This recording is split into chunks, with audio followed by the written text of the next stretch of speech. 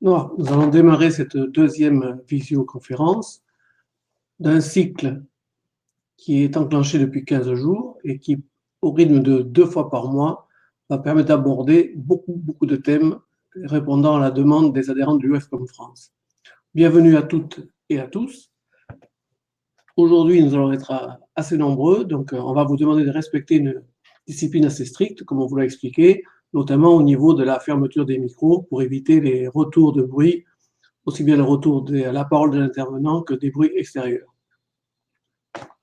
Concernant les questions que vous pouvez poser, vous avez une petite main sur la gauche de l'écran, donc vous demanderez à prendre la parole et elle vous sera attribuée et à ce moment-là, vous pourrez enclencher votre micro, poser votre question et ensuite à nouveau couper le micro pour pouvoir écouter les réponses.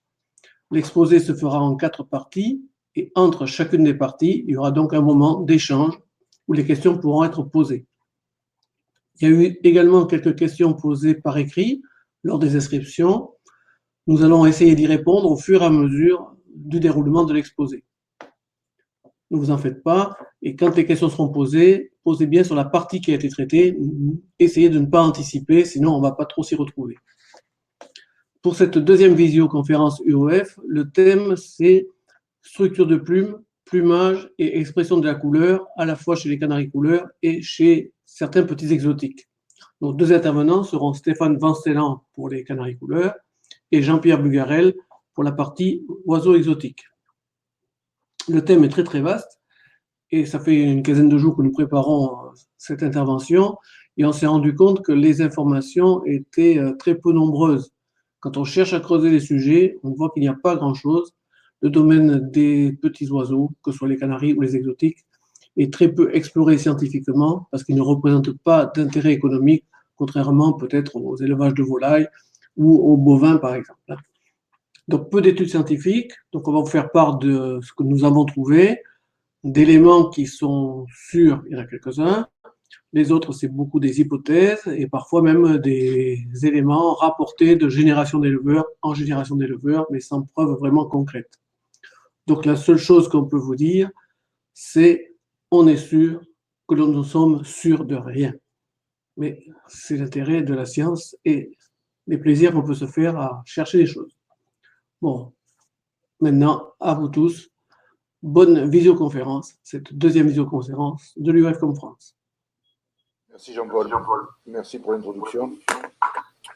Tout d'abord, pour ceux qui ne me connaissent pas, parce que ça fait quelques années que je suis sur le circuit des compétitions, ça fait 35 ou 36 ans que j'élève des oiseaux, et surtout des canaris couleurs. J'ai commencé, j'avais 15-16 ans, comme tout le monde avait des panachés, et ensuite, à partir de 1989, j'ai élevé toujours les mêmes couleurs, à savoir du mosaïque rouge en hippochrome, et surtout de l'agate et du topaz en mosaïque rouge. Comme vous a dit Jean-Paul, le plan de la visioconférence sera en 4 parties. La première partie, où je vais aborder l'origine de la plume, sa formation, son mécanisme de formation, les éventuels accidents de formation, puisque là, il y a une question qui a été posée, les différents types de plumes, leur constitution et leur implantation. Tout cela pour vous faire comprendre comment fonctionne cet organe qu'est la plume et comment il se crée. Ensuite, la deuxième partie va être plus technique. Elle va parler de la lumière et de l'apport de la lumière sur le plumage de l'oiseau et sa réflexion ou sa réfraction sur les différents types de pigments. La troisième partie, c'est Jean-Pierre qui va prendre la parole au sujet des becs droits et les différentes colorations des becs droits et l'influence de la lumière sur leur plumage. Et la quatrième partie sera plutôt constituée de photos d'oiseaux où là, je vous montrerai les différents éléments de pigment et du pigment mélanique et du lipochrome. Au départ, voilà à quoi ressemblait l'ancêtre de nos oiseaux. En fait, seuls les oiseaux ont des plumes, et uniquement les oiseaux ont des plumes. Seuls les oiseaux sont des descendants directs de dinosaures. En fait, ce sont les dinosaures vivants existants de nos jours. Il s'avère que la plume a commencé à exister par un souci de protection à environ 170 000 millions d'années. Plus précisément, on a des traces qui réelles à moins 140 millions d'années. moins 140 millions d'années où des embryons de plumes sont apparus sur les dinosaures pour un effet de protection. Protection au niveau de la chaleur thermique, sur la pluie, l'imperméabilité et aussi sur les coups, puisqu'une couche de plumes amortit considérablement les coups. Ces plumes sont des organes morts constitués uniquement de bêta-kératine. La bêta-kératine, c'est 90,7% de protéines, un peu de lipides et un peu d'eau. Au fur et à mesure de ces moins 140 millions d'années jusqu'à moins 65 millions d'années, où la plume est devenue dans sa forme définitive et adaptée à peu près tous les types de milieux, elle a évolué. Elle a évolué et est devenue un organe pour représenter la sexualité et s'est adaptée aussi pour le vol, pour certains oiseaux, ou beaucoup d'oiseaux qui sont devenus volants. Cette adaptation, elle s'est faite en fonction du milieu et du climat. On prendrait qu'un pingouin habitant sur la banquise n'a pas le même plumage qu'une autruche courant dans le désert. Une autruche n'a pas une plume adaptée pour le vol. Certes, c'est un des oiseaux qui ne peut pas voler. Et le pingouin n'a pas une plume adaptée pour la course ou pour la chaleur, mais plutôt pour nager. En ce qui nous concerne, chez les passereaux, les passereaux sont dotés d'environ, alors c'est une fourchette large, hier j'ai lu un documentaire où il est un peu plus précis, il y a entre 1500 et 2500 plumes sur un oiseau. Plus précisément, en ce qui nous concerne, sur les fringillidés, en l'occurrence le canari, on atteindrait les 1700 plumes, ce qui est déjà énorme. La plume lui sert pour le canari, bien évidemment, de protection. Elle varie de protection et aussi d'organes de reproduction, surtout en ce qui concerne les oiseaux, surtout chez les mâles. Elle sert aussi d'organe de camouflage, puisque les oiseaux sont soumis à la prédation et au fur et à mesure des ans, ils se sont adaptés pour se cacher. Sur le dos, par la montée de mélanine déjà pour se protéger des UV, mais aussi des prédateurs, puisque les mélanines leur permettent de se camoufler dans les branchages. Et sur le ventre, le manque de mélanine permet pour un prédateur venant du sol de le confondre éventuellement avec un ciel. Avec le ciel. Ce qui existe aussi d'ailleurs chez les poissons, depuis l'origine. La plume est aussi un facteur où on peut regarder l'état de santé de l'oiseau. Alors l'état de santé à l'état d'oisillon, de poussin, au fur et à mesure que la plume pousse, mais aussi à l'âge adulte, puisque suivant l'état de santé, la plume, bien qu'un organe mort, est plus ou moins soyeuse. En information, le poids des plumes, c'est 2 fois le poids du squelette et ça représente 10% du corps d'un oiseau, qui est quand même très important. Donc sur un oiseau, vous avez différentes sortes de plumes. Tout cela, ça s'est adapté pendant ces 75 millions d'années, de moins 140 à moins 65 millions d'années, et en fonction du milieu. Vous avez la plume numéro 1 qu'on appelle vibris. Les vibris, c'est comme les moustaches du chat ou du chien. Ce sont des plumes qui sont autour des organes de perception. En l'occurrence, chez l'oiseau, c'est plus le bec et les yeux. Ce sont des plumes sensitives. Elles sentent les vibrations de l'air et elles sont sensibles aussi au toucher. Vous avez une autre plume, mais j'en parlais tout à l'heure, qui sert à ça. Vous avez des plumes de duvet. Ce sont des plumes qui ont été constituées pour préserver et capter l'air entre le corps et les plumages extérieurs. Tout le monde connaît le duvet. Certains oiseaux en sont plus dotés que d'autres.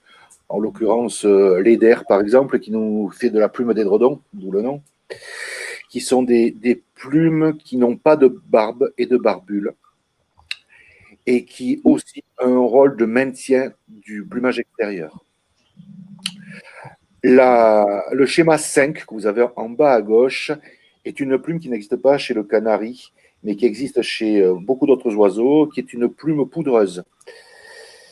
L'effet de cette plume, c'est une plume qui n'arrête pas de pousser et qui se désagrège en forme de poudre dans le reste du plumage. Elle sert aux oiseaux à se lisser le plumage. Ils vont prendre au niveau de leur croupion la graisse nécessaire et lissent leur plume. Et c'est cette plume qui, par sa poutre, fait cohésion et imperméabilise le plumage. 2 autres plumes qu'ont tous les oiseaux sont les tectrices, plumes de couverture, et les rémiges, qui servent sur le vol. La dernière plume étant intéressante est la filoplume. La filoplume, c'est une plume qui est à la fois une plume sensitive et une plume de maintien.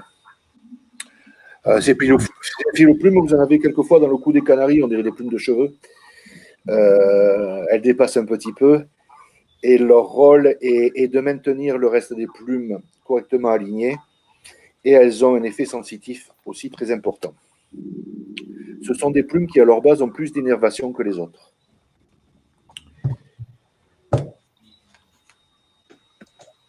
On va passer à la diapo 6. Donc, quand je vous disais l'adaptation des oiseaux en fonction de leur milieu, en fonction des plumages, vous avez différentes plumes qui appartiennent à des oiseaux différents. En l'occurrence, la numéro 10, une plume de paon. On voit bien que ce n'est pas la même que la numéro 7, qui est une plume de milan noir, qui est beaucoup plus adaptée pour le vol. En clair, tout cela pour vous montrer que chaque espèce d'oiseau, chaque type d'oiseau, la plume s'est adaptée en fonction du milieu où il vit.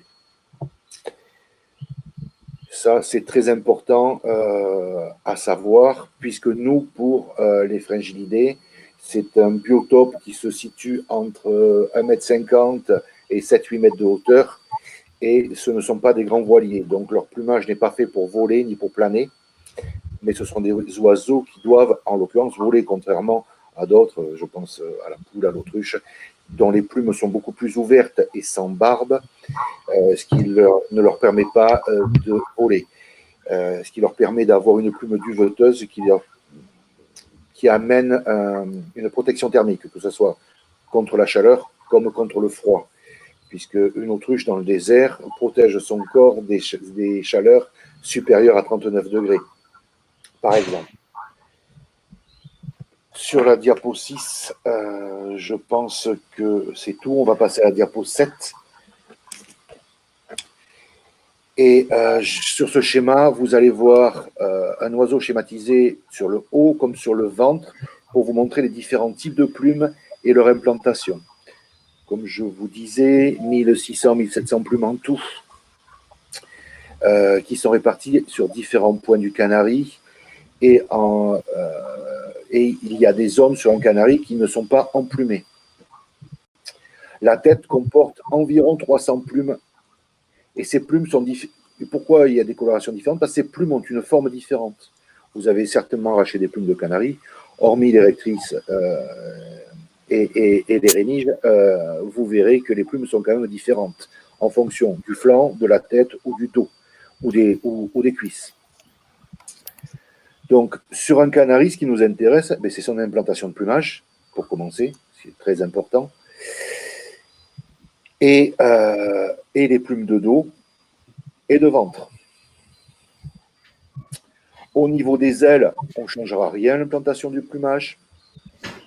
Vous avez les rémiges sur 3 sections, extérieure, intérieure et la troisième section, qui sont les 3 plumes de recouvrement que l'on voit souvent sous un oiseau, et je vous montrerai les images. Ça ne change pas des masses. L'intérêt chez nous, ce sont les plumes de flanc et l'implantation des plumes de flanc. Certains, quand vous préparez le poulet le dimanche, vous devez le voir, vous remarquez que chez le poulet, quelquefois, vous avez les papilles de plumes, les petits points où on a arraché les plumes. Elles sont soit sous forme de paquet, rondes, soit sous forme de rège, comme un peigne. Il en est de même chez le canari. Son implantation varie.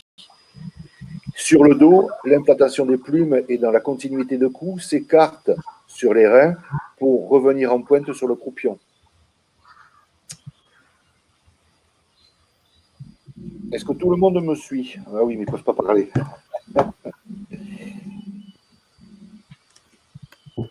Nous allons rentrer sur la diapo 8 sur la formation des plumes. En fait, quand le poussin naît, immédiatement, les bourgeons ou papilles du derme se mettent en place. C'est-à-dire que la peau se soulève et dessous, une grosse vascularisation arrive et beaucoup de nerfs se créent. Ça s'appelle une papille. C'est une couche de kératine qui est créée et qui va laisser passer la future plume. Sur le schéma numéro 2, vous voyez que la peau se soulève, il y a un germe dessous, un germe de plume, où il y a une constitution de pulpe qui va former la future plume. Ces cellules se mettent de manière circulaire, se forment de manière circulaire pour rentrer dans le germe qui est constitué et se soulèvent de la peau, ce qui va créer la future gaine qui va voir naître la plume. La plume ne se crée pas à l'extérieur de la peau, elle se crée au ras de l'épiderme, dans le derme, au niveau de ce que l'on appelle le collier. Le collier est l'endroit où toute la plume va se constituer et les cellules s'organiser afin de créer la future plume. Sur la droite, sur le schéma, vous voyez ce qui a été dessiné pour vous montrer les différentes parties de la plume. Donc, il y a en bas, si on commence en bas à droite, il y a la papille dermique, l'endroit où tout se crée. Ensuite, il y a le fameux collier où les cellules se différencient. Il y a, au fur et à mesure, ça pousse du bas et il y a la création de la pulpe. Tout cela est fait en même temps dans une gaine protectrice. Alors, la gaine protectrice, vous devez vous en rendre compte chez les oisillons, c'est la fameuse gaine qui se désagrège au fur et à mesure que la plume pousse. Et quand il y a déficience, cette gaine reste et laisse enfermer la plume pendant 3-4 cm. Et quand on remonte un peu plus haut, vous avez les crêtes barbaires qui commencent à apparaître dès la sortie de l'épiderme. On va passer un peu plus dans le détail sur la diapo 9. Sur la diapo 9, où là, il y a un peu plus de détails sur la formation. Et ce qui est très important, et on va y arriver, dans le bulbe, il y a des cellules que l'on appelle des mélanocytes. Ces cellules se regroupent de forme circulaire avec les cellules de kératine pour créer la future plume, son futur rachis, ses futures barbes et barbules. Donc, sur la coupe que vous voyez de A, qui est la coupe au niveau du collier, il y a un petit schéma en bas à gauche où vous voyez les cellules se regrouper sous forme circulaire. C'est une coupe transversale. Au fur et à mesure, ces cellules s'alignent et se positionnent afin de faire des cercles, un cercle, mais aussi des cellules incurvées, qui sont les futures barbes. Quand on passe de l'autre côté à droite, les cellules se regroupent les unes aux autres dans ce cercle au fur et à mesure pour créer le futur rachis. Je ne sais pas si on l'a. Quand on va passer sur, je vous l'expliquerai sur la prochaine diapo. Et au fur et à mesure que tout ça se crée, ça pousse hors de la peau. Et là, le rachis de plume, qui est l'axe central de la plume, s'ouvre et laisse se déployer les futures barbes et barbilles. Si on passe à la diapo 10, vous l'avez de manière résumée, afin que tout le monde comprenne. En haut à gauche, le bourgeon épidermique, le germe de plume, donc le soulèvement de la peau. En dessous, le follicule plumaire qui se crée, donc cette fameuse gaine avec toute la pulpe et les futurs éléments de la plume qui rentrent dans cette gaine. La coupe. Donc en résumé, par rapport aux diapos précédentes, en haut à gauche, vous avez le bourgeon épidermique qui se soulève, qui crée un germe ou une papille. Le follicule plumaire se crée ainsi. Dans le follicule plumaire est enfermée la pulpe et tout ce qui sont les futurs éléments de la plume. Quand on voit la coupe en collier, on voit bien que la coupe au niveau du collier, pardon, on voit bien que vous avez des cellules de protection qui entourent la future plume, la pulpe dermique. Et au-delà de la peau, les ouvertures des barbes et des barbules. Tout cela est géré par une grosse production d'hormones qui influe sur l'oiseau afin que toute cette phase de production de plumes se crée. Ça demande énormément d'énergie à l'oiseau de créer une plume. De grosses consommations d'énergie pour amener et transformer toutes les protéines constituant la future plume.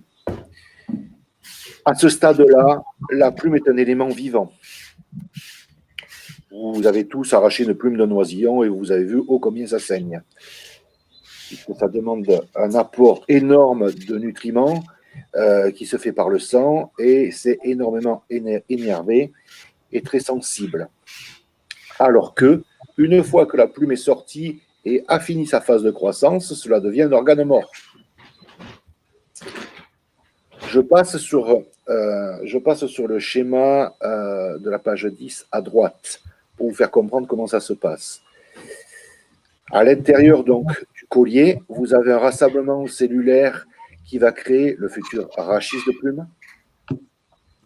C'est la priorité, donc il y a cette accumulation de cellules qui se regroupent pour créer le fameux rachis, qui est la colonne vertébrale d'une plume. Et au fur et à mesure, autour, se créent les barbes et les barbules.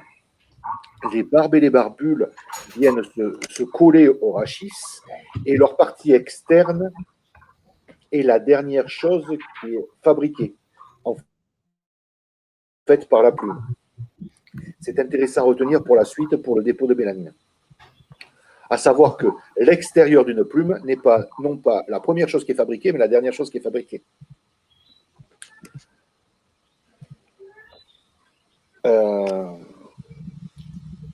Je vous ai parlé du cycle hormonal qui est plus ou moins rapide et le cycle hormonal dépend de plusieurs paramètres. Des paramètres qui, pour nous, éleveurs, mais surtout éleveurs sélectionneurs, sont importants. Ça dépend bien évidemment de l'apport de nutriments, de l'alimentation, puisque comme je vous ai dit, il y a un besoin énorme en protéines. Ça dépend de la luminosité de la lumière et ça dépend de la génétique. Mais aussi un paramètre qui fluctue plus ou moins pour les plumes, qui est la chaleur. Nous avons tous vécu des mues où, quand la chaleur baisse très fortement au mois de septembre, on voit bien que les oiseaux coupent leur mue et attendent que la chaleur remonte pour continuer à muer. Donc, à créer de nouvelles plumes. On ne peut pas agir sur le climat, donc on oublie la chaleur. Par contre, on ne peut pas agir non plus sur la lumière, donc on oublie la lumière. Mais nous pouvons agir sur deux éléments pour la constitution de la plume de nos oiseaux, c'est la génétique et l'alimentation. C'est extrêmement important à retenir. La plume est un organe de kératine, donc de corne. Cette corne, en fonction de sa constitution, peut être plus ou moins rigide et solide. En l'occurrence, si on l'abordera tout à l'heure, la mélanine est un des éléments qui constitue la solidité d'une plume. Il s'avère que quand cette plume n'est pas assez rigide, elle a une difficulté à percer le follicule dermique. Quand elle n'y arrive pas, cela ne stoppe pas la formation de la plume, malheureusement. La plume continue à pousser et à s'enrouler, ce qui crée un kyste. Tout le monde connaît sur les oiseaux, en l'occurrence des lippochromes, où le plumage est assez mou, ou bien jadis, on avait beaucoup, les éleveurs de faillots avaient des grosses difficultés puisque les plumes n'étaient pas assez solides et assez rigides pour percer le derme folliculaire. Donc, nous connaissions tous des kystes de plumes sur nos oiseaux.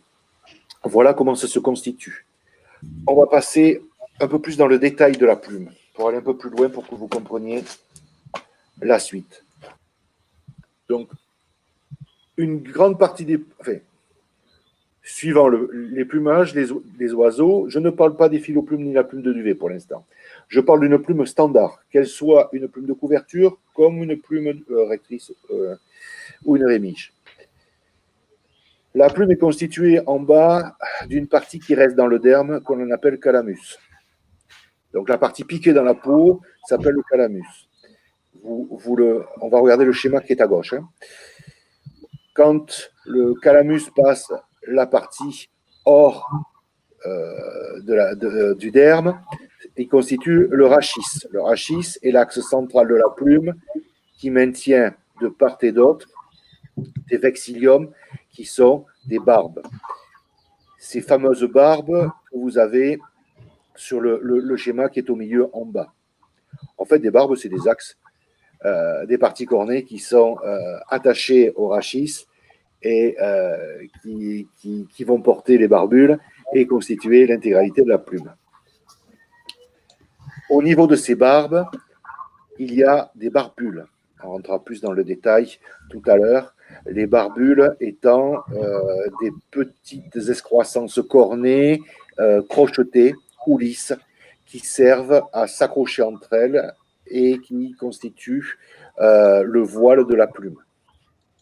Ces barbules sont plus ou moins nombreuses suivant les oiseaux, plus ou moins présentes. Elles sont plus présentes chez les oiseaux de vol, et comme je vous l'ai dit tout à l'heure, sur une autruche par exemple, où vous avez vu la plume de paon, elles sont beaucoup moins présentes. Et plus elles sont serrées, plus il y a une portance à l'air ou une protection au soleil, aux rayons UV et extérieurs, à la plume aussi. Chaque plume de couverture, on va passer, je pense, à la diapo 13, est constituée dans sa partie inférieure d'une partie de duvet. Cette partie de duvet, vous ne l'avez pas sur une plume de queue ou sur une plume d'aile. Il n'y a pas de raison. Leurs fonctions sont différentes. Par contre, les plumes de couverture, et ce qui nous intéresse chez un canari ou un oiseau d'exposition, ce sont plutôt les plumes de couverture. Les plumes de couverture sont toutes constituées à la base d'un duvet de protection thermique. Sur leur partie extérieure et non recouverte, puisque le duvet, nous ne le voyons pas, les plumes sont comme des tuiles, elles se recouvrent d'environ un tiers chacune à partir de leur base. Vous avez une partie externe qui est visible et une partie périphérique. Au bout de la partie externe visible, vous avez une partie périphérique la partie périphérique, souvenez-vous de ce que je dis à la Constitution, est la première chose qui s'est créée à la pousse de la plume et qui s'est ouverte pour former les barbes et les barbules le long du rachis existant. Au niveau de la mélanisation, quand il y a eu constitution de la plume, au niveau de la mélanisation,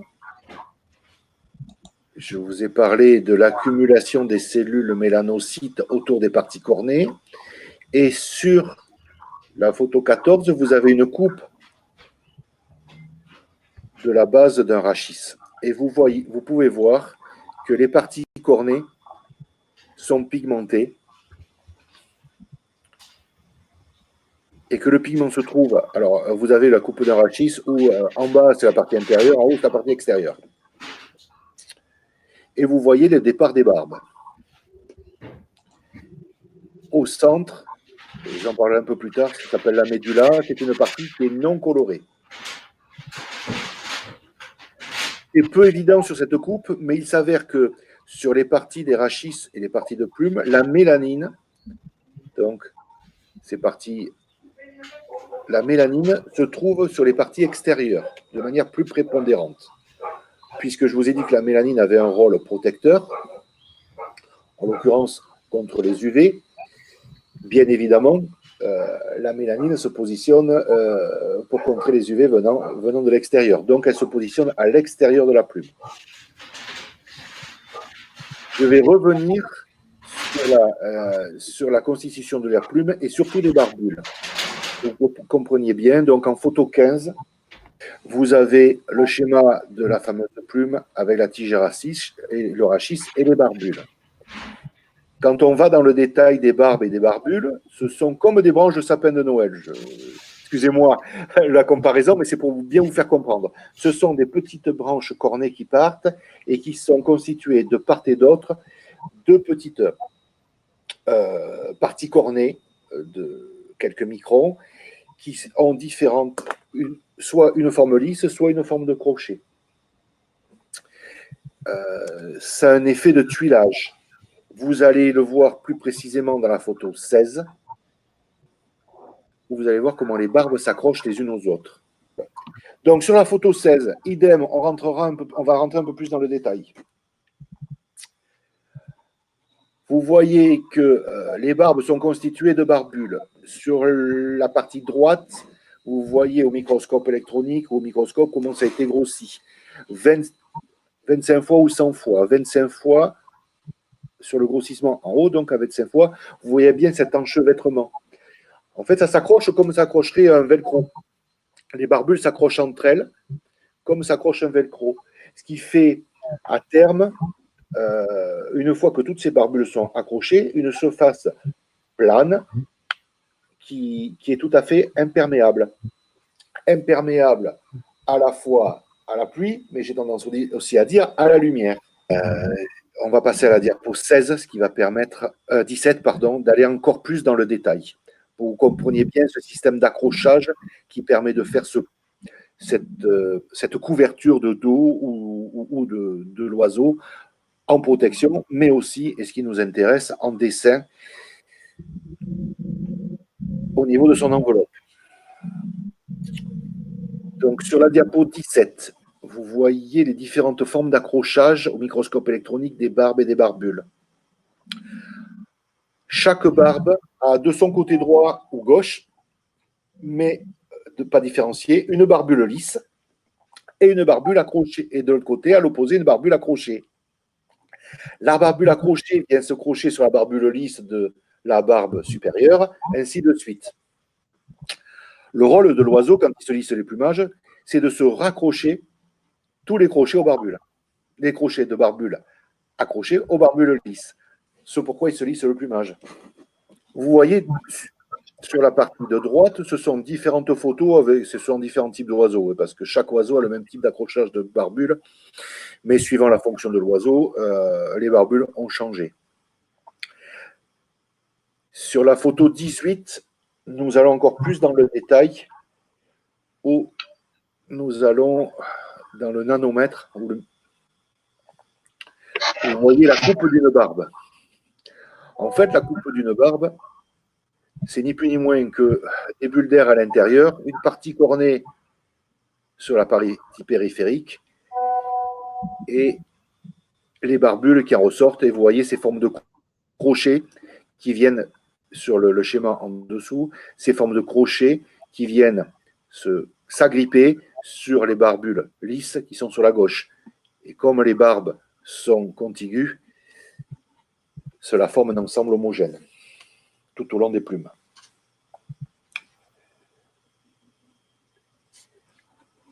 On en revient donc à ce qui nous intéresse, c'est plus les barbules sont crochées les unes aux autres, plus le plumage semble homogène, plus la lumière tape,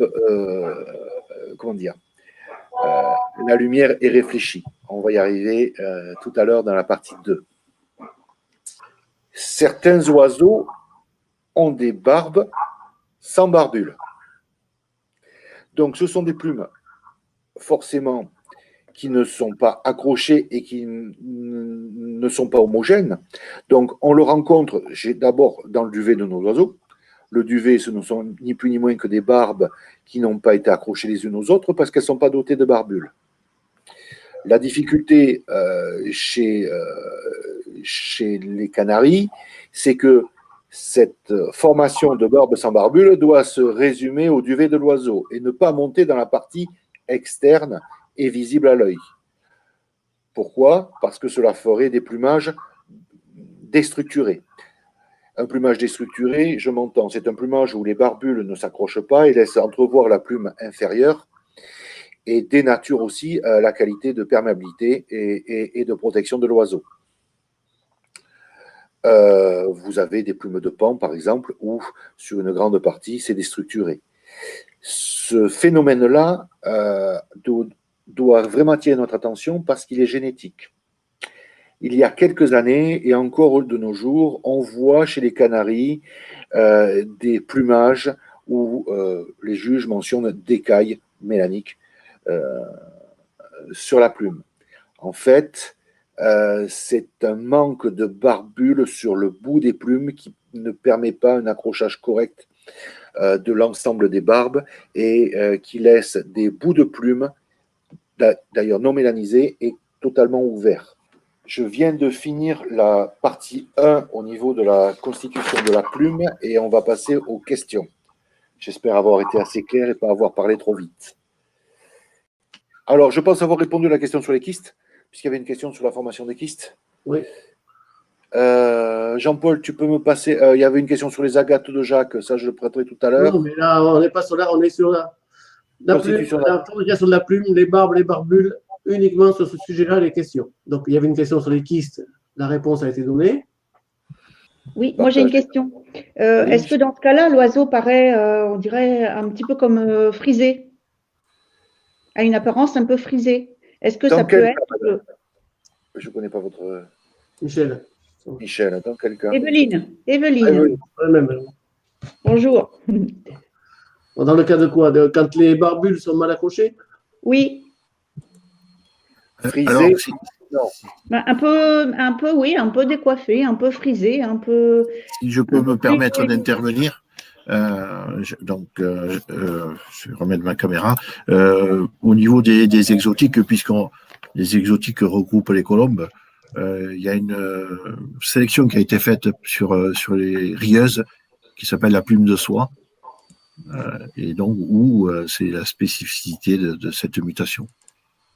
Et l'aspect de l'oiseau, c'est vrai, un oiseau qui donc n'est pas adapté pour voler, puisque les barbules ne sont pas accrochés, donc il n'y a pas de portance à l'air, et c'est vrai qu'il a cet aspect un petit peu de frisure. Alors, c'est sûr que dans la frisure, il y a sûrement un phénomène de barbe mal accrochée, mais également, bien sûr, de longueur de la plume. Les plumes sont beaucoup plus longues que sur un canari couleur, et le fait que les barbes ne s'accrochent pas, ce qui fait que la plume, effectivement, doit prendre une courbure. Alors, pour aller plus dans le détail, moi, ce qui me gêne chez le canari en particulier, sur des barbes et des barbules non accrochées, c'est l'influence que ça peut avoir sur le dessin, plus que sur la frisure. Vous comprendrez très bien, comme je vous l'ai expliqué, c'est un phénomène de tuilage. Les plumes se chevauchent les unes sur les autres.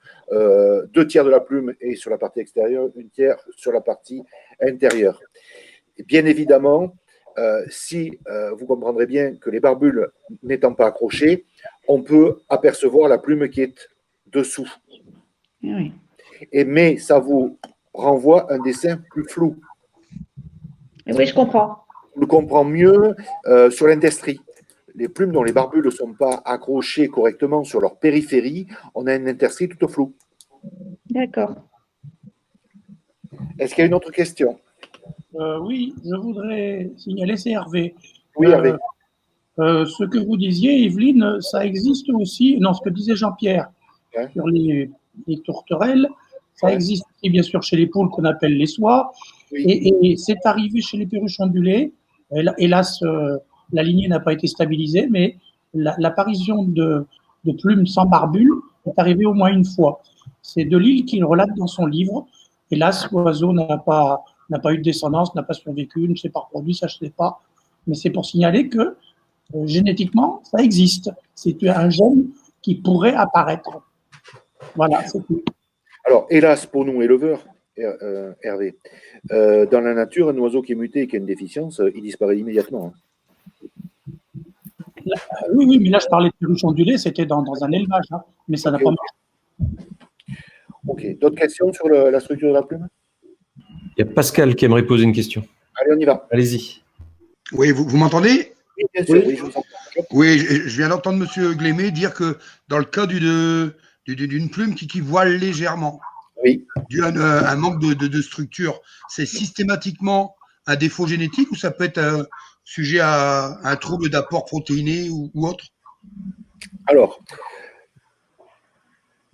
dans la nutrition de vos oiseaux, quel que soit le type de pâté ou de graines que vous mettez, l'apport en nutriments est suffisant. Il n'y a que nous, éleveurs, qui croyons au miracle d'une pâtée momentanément. D'ailleurs, c'est très versatile puisque nous sommes tous à l'affût de la pâtée miracle ou du produit miracle. Dans l'alimentation que nous apportons, quelle que soit la marque ou la source, les aliments de base y sont en quantité suffisante. On n'a pas de déficience. Il faudrait nourrir les oiseaux pendant plusieurs mois afin d'engendrer des déficiences en vitamines ou en nutriments. vous dire, monsieur, il faut apporter plus de vitamine B ou B6, plus de zinc, plus de soufre. Certains le font à la mue quand ils donnent du brocoli ou des choux, parce que le chou a beaucoup de bases soufrées. Mais d'en donner ou de ne pas en donner, ça ne satisfait que les leveurs. L'oiseau trouve suffisamment de nutriments seul, sans apport extérieur. Le risque, il est maigre parce qu'une survitaminose, par exemple pour les vitamines, n'a aucun effet sur l'oiseau. Donc, on ne risque pas les empoisonner ou les intoxiquer plutôt. Je pense avoir répondu à votre question. Les protéines étant dans les graines et dans la pâtée, il n'y a pas forcément de manque. J'ai moi-même, il y a très longtemps, acheté en pharmacie de la tyrosine et de la méthionine, pensant au miracle et en donner abondamment aux oiseaux, je n'ai pas vu de différence. La seule différence qu'il peut avoir, c'est quand on met un apport exagéré de protéines à l'oisillon, au poussin, où là, la plume semble être plus longue et se constitue plus rapidement. Attention, l'effet pervers de ces apports de protéines sur l'oiseau, c'est que au niveau des reins, ça risque d'engendrer des problèmes au niveau des reins et vous risquez de perdre les oiseaux de crise du Rémy. Mais certains qui ajoutent des protéines de manière exagérée font des oiseaux bien plus grands, certes, mais avec beaucoup plus de volume de plumes. Mais le volume n'est pas la qualité. C'est parce que nous recherchons, nous, éleveurs d'oiseaux. Peut-être dans les éleveurs de posture, mais pas dans la canarie couleur. C'est bon, c'était suffisamment clair pour moi, merci. L'autre question, il y avait une deuxième question. Oui, il y avait moi qui voulais poser une question, donc Philippe. Ouais, j'aurais voulu savoir si le kyste qui est sur un oiseau, si c'est héréditaire quand on fait l'accouplement. C'est-à-dire que si, comme là, moi c'est un peu plus sur le Gloucester, quand j'ai des oiseaux qui ont un kyste, si je l'accouple avec un oiseau à plume plus courte, pour donc rétrécir un peu la plume, si ça va encore redonner des kystes après ou c'est perdu. Enfin, voilà. Alors, le kyste n'est absolument pas héréditaire. Voilà. Ça, c'est clair et net. Le kyste, il est ponctuel sur un défaut de plume, de pousse de plume et de mélanisation de plume. Si tu accouples, alors c'est pas tellement avec une plume plus courte, ton accouplement. C'est une plume plus fermée, je voudrais dire, moins ouverte qu'il faut chercher. Et plutôt chargée en mélanine. Donc, un Gloucester qui a un kyste, je ne sais pas la couleur de ton Gloucester, mais évidemment, si tu amènes un Gloucester qui a un plumage avec de la mélanine et une plume plus fermée, tu éviteras ce type de kyste. D'accord. Attention, il faut que le kyste soit suffisamment bien placé pour que l'oiseau puisse se reproduire. Un kyste de queue, l'oiseau ne peut pas accoucher si c'est un mâle, par exemple. Hein. D'accord. Non, là, c'est plus des kystes en bout d'aile, quoi. Voilà. Ah, okay. Merci. D'autres questions? Oui. Est-ce que j'écoute? C'est toujours Hervé. Je voulais signaler qu'en perruche ondulée, c'est des kystes en perruche de posture, parce qu'on joue sur la plume très longue, hein, quelle que soit la couleur, hein, ça ne joue pas sur l'hypochrome mélanine. D'abord, on n'a pas d'hypochrome en ondulé, mais on a beaucoup de kystes, presque toujours situés au-dessus du croupion ou à la zone de la lula sur l'aile, c'est-à-dire à la pliure, pas vraiment au bout de la plume, mais dans la partie de l'humérus. Et donc, ça arrive souvent. Nous, on les cerne avec des élastiques ou avec des fils. Ça réapparaît parfois, pas souvent. Et dans la revue de la faune de ce mois-ci, il va y avoir un article sur la propolis, des abeilles, qui aurait un effet réducteur du kyste. Ça ne veut pas dire qu'il y aura plus, mais qu'il est réduit. Voilà, je vous dis ça. La propolis, ça fait des siècles qu'on en entend parler et des miracles de la propolis. Aïe, aïe, aïe. Peut-être. Pour ceux qui ne savent pas, la propolis, c'est un produit que l'on tire au printemps des ruches d'abeilles qui vont collecter de la sève, souvent de la sève de bourgeons de peuplier, qui la mélangent à leur salive et qui colmatent les trous et les brèches réalisées pendant les intempéries de l'hiver sur leur ruche. Elle a un effet antibiotique important qui a été reconnu, puisque dans les pays sous-développés, en l'occurrence les pays de l'Est, ils s'en sont souvent servis comme antibiotiques. Maintenant, je pense qu'on lui prête d'autres vertus qui sont pas vérifiées ou peu vérifiables. Ce qui est étonnant, et je rebondis sur les propos d'Hervé avant de passer rapidement à la partie 2, il parle de kystes au niveau des allules. Alors les allules, c'est un terme que j'ai appris depuis peu, et il concerne les 3 seules plumes de l'aile de l'oiseau qui est à la jonction de l'humérus et qui sert de bord d'attaque à l'air quand l'oiseau vole. Ce qui est particulier et bizarre au niveau des kystes, puisque ce sont les plumes les plus dures qui existent chez l'oiseau. Allô, Stéphane. C'est juste en revenant vers l'humérus, pas aux allules. Ah, d'accord.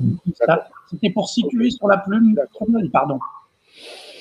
Parfait. Je veux dire que c'était plutôt après le coude qu'avant. Toujours. Okay. On en voit rarement au départ d'une aile, par exemple. C'est très, très rare. Par contre, on en trouve en dessous ou bien au-dessus. Ça dépend des cas. Et souvent, autour du croupion, la zone uropygienne, c'est quand même assez fréquent, sans que la glande uropygienne soit atteinte. Hein. Oui, mais c'est le cas aussi chez les canaris, ce qui est particulier. Oui. On l'a sur les mêmes zones, et souvent, c'est parce qu'ils se piquent entre eux. Ils doivent s'ennuyer dans les volières, et ils se piquent entre eux, s'arrachent ses plumes, et ces plumes ont du mal à repousser. Et forment des kystes. D'autres questions? Stéphane? Oui. Stéphane, Philippe voulait poser une question tout à l'heure. Oui. Et en fait, il m'envoie un message, il avait des problèmes avec son micro. En fait, il souhaitait savoir combien de temps mettait la plume pour pousser. C'est une bonne question, auquel je ne sais pas répondre comme ça. Pourquoi? Un certain temps, comme c'est-à-dire un certain temps avec certaines plumes.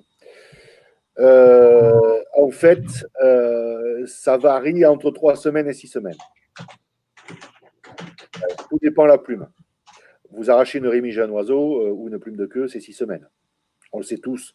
Quand on prépare nos oiseaux de concours, on a une plume de queue ou une rémige colorée, on l'arrache, ou peu colorée, on l'arrache, et il faut attendre 6 semaines. Alors attention aussi à la coloration et aux plumes que nous arrachons. Pourquoi? Parce que les plumes ont un temps pour pousser, une saison pour pousser, je m'entends. L'oisillon, à partir de 5-6 jours, le système s'engendre pour lui faire pousser ses plumes, et à la saison, dès que les jours commencent à baisser, ça enclenche un système hormonal chez l'oiseau qui le met en mue. Cette mue ou le système de pousse chez l'oisillon est dû à tout un tas de paramètres internes à l'oiseau provoqués par des hormones. Si hors de cette période de production d'hormones, on arrache une plume, bien évidemment, elle repousse. Mais certaines hormones déclenchent la coloration de la plume. Et ces hormones sont certainement même moins présentes en période, hors des périodes de pousse. Je m'entends, vous arrachez une plume d'un mélanine au mois de janvier, souvent, elle ne repousse pas de la même tonalité que celle qui a poussé au mois de septembre. Bonjour. Oui, est-ce que tu as remarqué aussi que, par exemple, sur les plumes d'élection chez les mosaïques, quand tu arraches une plume de l'hippocrome, donc, oui. Elles sortent souvent écaillées, quoi. Gyménisées. C'est normal, c'est la même chose. C'est que le cycle de pousse de la plume, qui est de l'apport des mélanines ou de l'apport du lippochrome, se fait lors de la pousse réelle, donc la phase oisillon juvénile ou de la phase mue juvénile adulte ou adulte-adulte. Et en dehors de ce cycle, les montées hormonales sont moindres. Et il est évident que la montée hormonale gérant la production de lippochrome, comme de mélanine d'ailleurs, ne se met pas en marche de suite, ce qui fait que, à la constitution du départ de la plume, et tu n'as pas suffisamment de synthèse du lippochrome et de dépôt de lippochrome sur les premières barbes, ce qui fait ton écaillage. Ouais, tu as un retard en fait. Tu as un retard, tout à fait à la Constitution. Ok. C'est bon, c'était juste. Voilà. Merci pour ta réponse. Oui, Didier. Est-ce qu'il y a d'autres Oui, ça va. choses? Alors, par rapport à ce retard, nous sommes aussi capables, nous, sélectionneurs éleveurs, de gérer les retards. Je ne parle pas des périodes hors période de changement de plume. Je parle au niveau de la reproduction. Pourquoi? Parce que certains oiseaux, génétiquement, ont ce retard programmé. Si on garde les oiseaux qui ont ce retard de dépose de l'hypochrome ou bien de mélanine sur leurs plumes, bien évidemment, nous aurons des souches d'oiseaux qui auront les bouts de plumes non mélanisés, par exemple. Et c'est à nous à les évincer de notre sélection et ne garder que les oiseaux qui ont les dépôts de l'hypochrome ou de mélanine dès le départ de la plume. Est-ce que j'ai été clair? Il y a une question qui est posée par Jean-Pierre Dervieux sur le chat. Vas-y. La question, c'est quel produit pour l'entretien des plumes? Alors, je ne comprends pas bien le sens de la question. Est-ce que c'est pour les entretenir en bonne santé ou quel produit alimentaire donner à l'oiseau qui conserve, par exemple, la brillance de son plumage?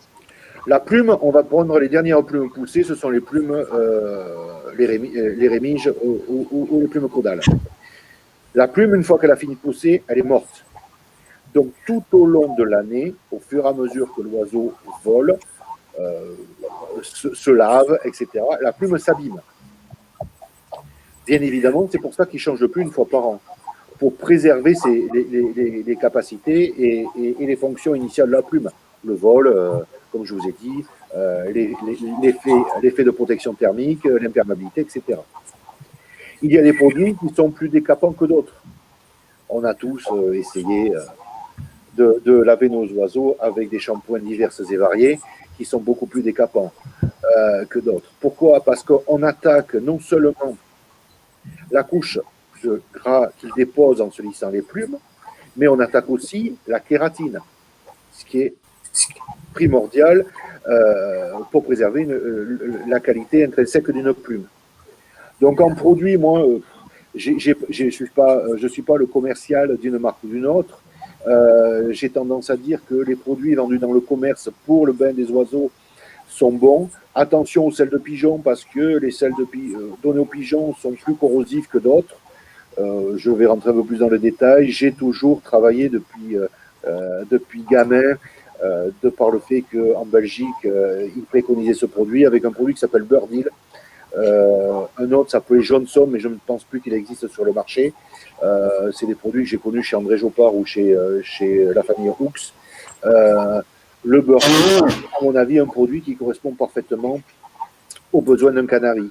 À la fois, il a un effet antistatique, ce qui évite à ce que, d'une manière, la plume s'électrise et capte les poussières gênantes à l'oiseau, et il a un effet, il a un bon effet sur le nettoyage de la plume. Ça permet d'avoir un plumage de manière optimale. Attention aux eaux trop calcaires, pour lesquelles le calcaire, lorsque l'eau s'évapore, reste sur les barbules et évite que les barbules s'accrochent. C'est tout ce que j'ai à conseiller. D'autres questions? Je pense que la question est portée aussi sur peut-être la partie alimentaire. Donc, c'est vrai qu'on dit que le plumage, une fois poussé, la plume est morte et c'est fini. Elle ne peut que s'abîmer et figer.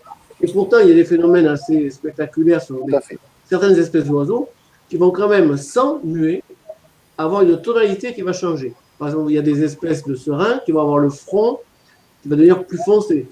Ils ont des changements de couleur partiels sur le plumage. Même chez le canari couleur, vous remarquez des fois que des oiseaux, par exemple dans les séries à fond jaune, vont prendre des tonalités légèrement plus dorées sur le masque au moment de l'approche de la période de reproduction. Et il y a même d'autres espèces qui ont un changement encore plus net. La question est posée par Cyril Janier et par Jean-Pierre Dervieux aussi, qui remarque ça. Alors moi, je n'ai pas l'explication parce que je l'avais déjà demandé une fois à Jacques Fèvre et il n'avait pas trop trouvé. Alors, j'ai lu, mais c'est toujours pareil. La difficulté, c'est que nous avons une passion qui est peu rémunératrice et intéresse peu de personnes, contrairement aux animaux de rendement. J'ai lu, mais la source n'est pas confirmée scientifiquement. Il s'avérerait que ce serait peut-être au niveau de la montée sexuelle, des hormones sexuelles des oiseaux, que des émanations de phéromones déstructureraient les chaînes, surtout l'hypochromique. Ce qui ferait que ça désagrégerait le lipochrome et qui ferait que, par exemple, sur les oiseaux à fond jaune, ils deviennent dorés.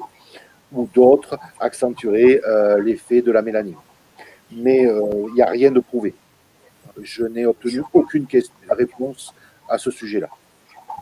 Voilà, la question qui est quand même assez étonnante, c'est comment une plume qui est poussée et finie peut finalement changer, même si les hormones ne peuvent pas toucher un objet fini. Non, je parle de phéromones, d'émanation de phéromones au travers de la peau. Voilà, en vérité, une plume continue un petit peu à pomper. Et pour le lipochrome, j'arrive à comprendre, parce qu'on sait très bien, pour ceux qui élèvent des fonds rouges, si vous arrêtez la coloration au mois d'octobre, vos oiseaux vont avoir ensuite, en décembre et janvier, une tonalité rouge plus fade, donc liée à l'usure de la plume, alors que si vous continuez à donner de la pigmentation alimentaire, ils ne vont pas avoir ce phénomène-là, ils vont continuer à pomper, à garder leur rouge foncé. Pour exposer un oiseau mondial en janvier, vous arrêtez de colorer au 15 octobre, votre oiseau ne fera jamais au maximum de sa puissance du rouge. Il faut toujours continuer à distribuer régulièrement un petit peu de pigment rouge. Donc ça veut dire que même la plume une fois morte, les pigments lipochromiques, on a l'impression que ça fait un petit peu buvard et ça continue à pomper. Pour le changement de tonalité sur la mélanine, là c'est déjà plus compliqué. Voilà. Donc on va peut-être passer à la deuxième partie. Il est 11h10. C'est-à-dire que la première partie était prévue pour 15 minutes. Elle a déjà duré 1h15. Oui, mais on est tous des passionnés. On va accélérer. On accélère. On va couper la conférence en deux et on reportera une date ultérieure la deuxième phase. C'est évident que c'est le sujet primordial de nous éleveurs. Voilà. Comment travailler la plume des oiseaux, puisqu'en fait, on n'élève pas des oiseaux, on élève des usines à fabriquer des plumes. On fait le même travail qu'un éleveur de canaris de posture, le même travail qu'un éleveur de bec droit, si j'ai bien compris. On ne travaille que la vue extérieure d'un animal, et en l'occurrence là, ce qui me concerne, c'est la plume. Voilà, donc on va continuer sur la partie numéro 2, qui est toujours sur la plume. Stéphane, tu peux y aller donc sur lumière, réfraction, réflexion, diffraction, etc. Là, je vais rentrer un peu plus dans le détail et c'est, vous allez voir, super passionnant. En fait, lorsque vous regardez un canari, vous le regardez toujours dans sa globalité. Quand on est éleveur, on ne regarde pas un oiseau dans sa globalité, on le regarde centimètre par centimètre. Je me souviens d'une réflexion d'un éleveur de frisés parisien qui disait qu'il avait mis 25 ans à constituer sa couche et qu'il avait créé millimètre par millimètre. Et la difficulté, mais aussi l'aspect passionnant est là. Nous, ce qui nous concerne, c'est la qualité de lumière que nous renvoie un oiseau. Et avant de parler de qualité de lumière que nous renvoie un oiseau, puisque c'est que ça, bien évidemment, on ne va pas demander à un aveugle de juger un oiseau de posture ni de couleur. Sans lumière, il n'y a pas de couleur et il n'y a pas d'oiseau. L'action de la lumière est, pour nous, humains, est visible sur un spectre, c'est-à-dire un champ d'ondes qui varie entre 400 nanomètres et 780 nanomètres, qui n'est pas du tout le même champ de vision qu'un canari ou qu'un oiseau. En fait, l'oiseau, il ne voit pas les couleurs que vous voyez de son congénère. Mais nous, éleveurs et compétiteurs, on va s'arrêter à ce que nous voyons, nous. Donc, on part de l'ultraviolet à 400 nanomètres et on va à l'infrarouge à 780 nanomètres. Il y a 3 modèles de lumière différents. Il y a le modèle ondulatoire qui permet d'expliquer la diffraction dont je vais vous parler. La diffraction, c'est comme les rebonds d'un caillou.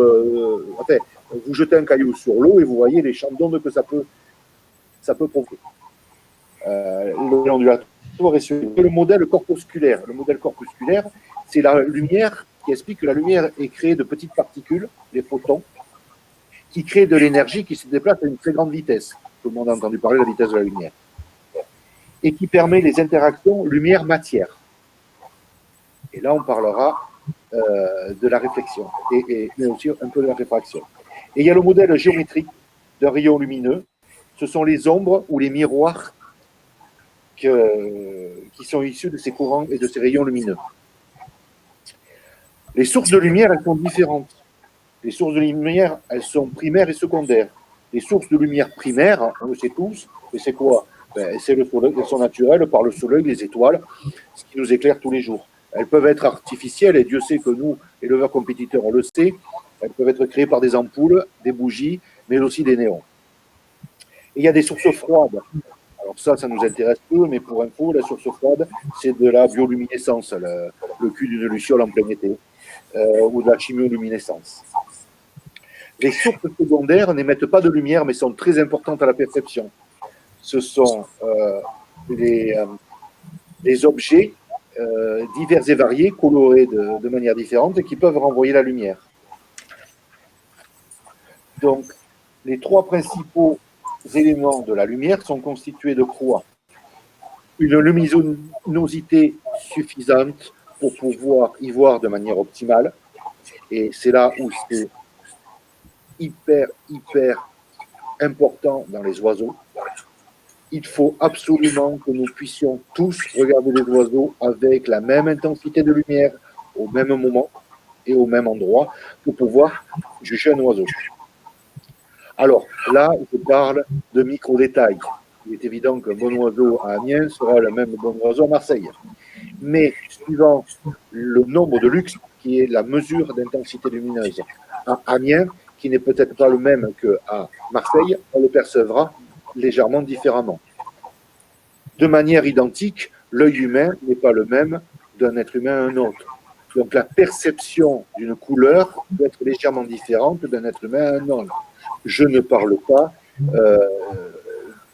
des gens qui ont des déficiences oculaires. Je parle d'une personne qui a une vision correcte, mais qui est dotée de cellules percevant la lumière en plus ou moins grande quantité. Il y a des variations génétiques qui permettent à ce que les personnes perçoivent beaucoup mieux les éléments et les différences de couleurs que d'autres. Donc, les principes de la lumière, c'est quoi? La luminosité ou l'éclairage. Une lumière optimale, c'est 560 lux. Donc, une lumière optimale, c'est quoi? Dans la nature, c'est 2000 lux. Mais une lumière optimale pour nous, pour percevoir les couleurs dans le spectre de lumière normale, c'est 560 lux. Pour vous donner un exemple, ceux qui ont eu un travail de bureau, sur un bureau, l'éclairage que vous avez, c'est 300 lux. Donc, vous ne percevez pas les couleurs de manière optimale. Les éléments de lumière, c'est aussi une saturation, une quantité de pigments contenus dans la couleur. Alors, tous ceux qui ont peint un mur une fois ont dû voir que la couleur dépend de la quantité de peinture que l'on met sur le mur et le fond du mur, puisque la tonalité change en fonction du fond. Je reprends cet exemple, vous peignez un mur en rouge sur un fond blanc, vous n'aurez même pas la même couleur rendue, une fois la peinture sèche, qu'une peinture rouge sur un fond noir. Le rendu n'est pas du tout le même. Et plus vous mettez de peinture, donc je reviens sur la saturation, plus la couleur semble profonde. La couleur, c'est en fait une lumière qui est réfléchie. Au niveau de la lumière, sur le schéma du slide 21, vous avez deux sortes de réflexion de la lumière et deux sortes de perception de la couleur. La première étant la lumière, vous le voyez sur le schéma à droite, le rayon incident, c'est-à-dire le rayon, on va dire, le plus naturel possible, le rayon lumineux qui tape sur une plume et qui renvoie un autre rayon. La deuxième chose, c'est le rayon en réfraction. Le rayon en réfraction, c'est un rayon qui tape sur un élément, en l'occurrence la plume, mais qui traverse la plume, pour X raisons. La plume n'est pas assez fermée au niveau de ses barbes, la plume a une couleur qui permet de laisser passer d'autres rayons. On va voir une petite vidéo très sympa à ce sujet-là. La texture du fond n'est pas la même, les barbes ne sont pas assez serrées, donc ça laisse passer, etc., etc. Je reviens sur l'intensité lumineuse parce que c'est hyper important et on l'a tous vu dans les différents mondiaux. Aujourd'hui, des expos se jugent sous des néons, faute de pouvoir aller dehors, les intempéries, climat, etc. aucune lumière artificielle n'a le spectre de la lumière naturelle. Donc, il faut savoir tolérer et être conscient qu'il y a des déformations de couleur naturelle des oiseaux sous des lumières. Des oiseaux ou de matière. Les bouchers, les poissonniers l'ont très bien compris depuis des siècles. Enfin, des siècles, depuis que les lumières existent. Vous remarquerez chez votre boucher que les néons ont une tendance à faire une couleur rouge. Et de même chez un poissonnier, une couleur bleue. Pourquoi? Parce que sous la couleur rouge, la viande elle paraît beaucoup plus fraîche et sous la couleur bleue, le poisson paraît aussi beaucoup plus frais qu'à la lumière naturelle. Chez nous, les néons que nous utilisons déforment certaines ondes, donc certaines ondes réfléchies ne renvoient pas la couleur exacte de l'oiseau. On va passer au slide 22. Donc, comme je vous disais, si on ferme les yeux, on ne voit pas. Et sans lumière, il n'y a pas de couleur. Tout le monde dit, la nuit, tous les chats sont gris. Et c'est vrai. Et si nous n'avons pas la bonne lumière pour éclairer nos canaris, bien évidemment, nous n'aurons pas la bonne couleur. Et c'est de là où ça devient extrêmement intéressant. En fait, sur la plume de canari, vous avez, face aux rayons lumineux, deux types de renvoi d'ondes qui vous permet à l'œil de capter la couleur de l'oiseau. La réfraction, en fait, la réfraction, c'est un rayon lumineux qui rebondit sur la plume et qui vous renvoie un champ de couleur. Et la diffraction, qui n'est pas du tout la même chose, c'est ce que je vous expliquais précédemment. Vous voyez la flèche, je ne sais, tu y es à la flèche, Christophe? La flèche qui arrive sur la plume et qui rebondit sur la plume mais renvoie des couleurs différentes.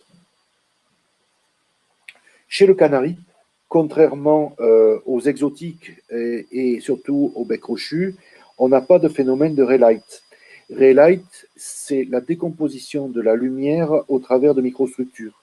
En fait, les barbes et surtout les barbules ont des toutes petites lamelles qui, dans les becs crochus et dans les exotiques, mais Jean-Pierre vous en parle un peu plus précisément, je pense, changent la direction de la lumière et font un phénomène de décomposition de la lumière, ce qui donne des couleurs particulières que nous n'avons pas dans les oiseaux.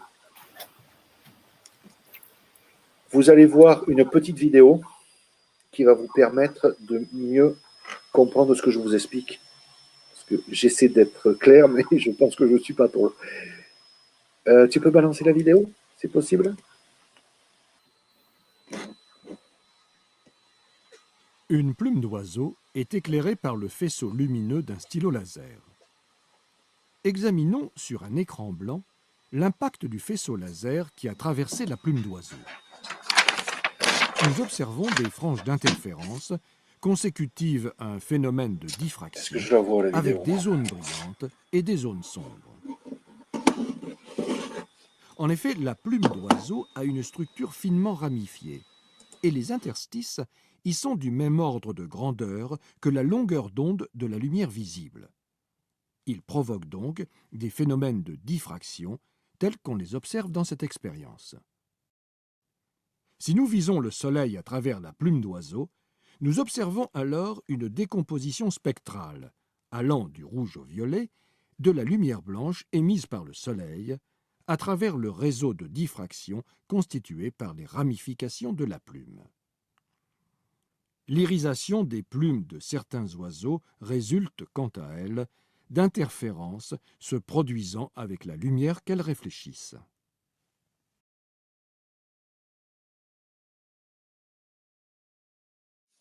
Donc en fait, notre intérêt principal chez nous, éleveurs, c'est d'essayer de maîtriser, c'est un grand mot, mais de canaliser la réflexion de la lumière pour donner à nos oiseaux la couleur voulue et qu'elle soit perçue par les autres de la même manière que nous la percevons.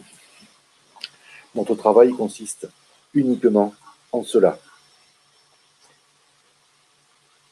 Donc, sur la réflexion de la lumière et des longueurs d'onde, je vous ai repris un schéma. Alors, ce sont des schémas sur les plumes de perruche qu'on a essayé d'adapter aux canaris pour que vous puissiez comprendre. À gauche, vous avez le schéma des barbes et des barbules d'un oiseau. Et on a fait une coupe d'une barbule sur la droite. On a coupé en tranches.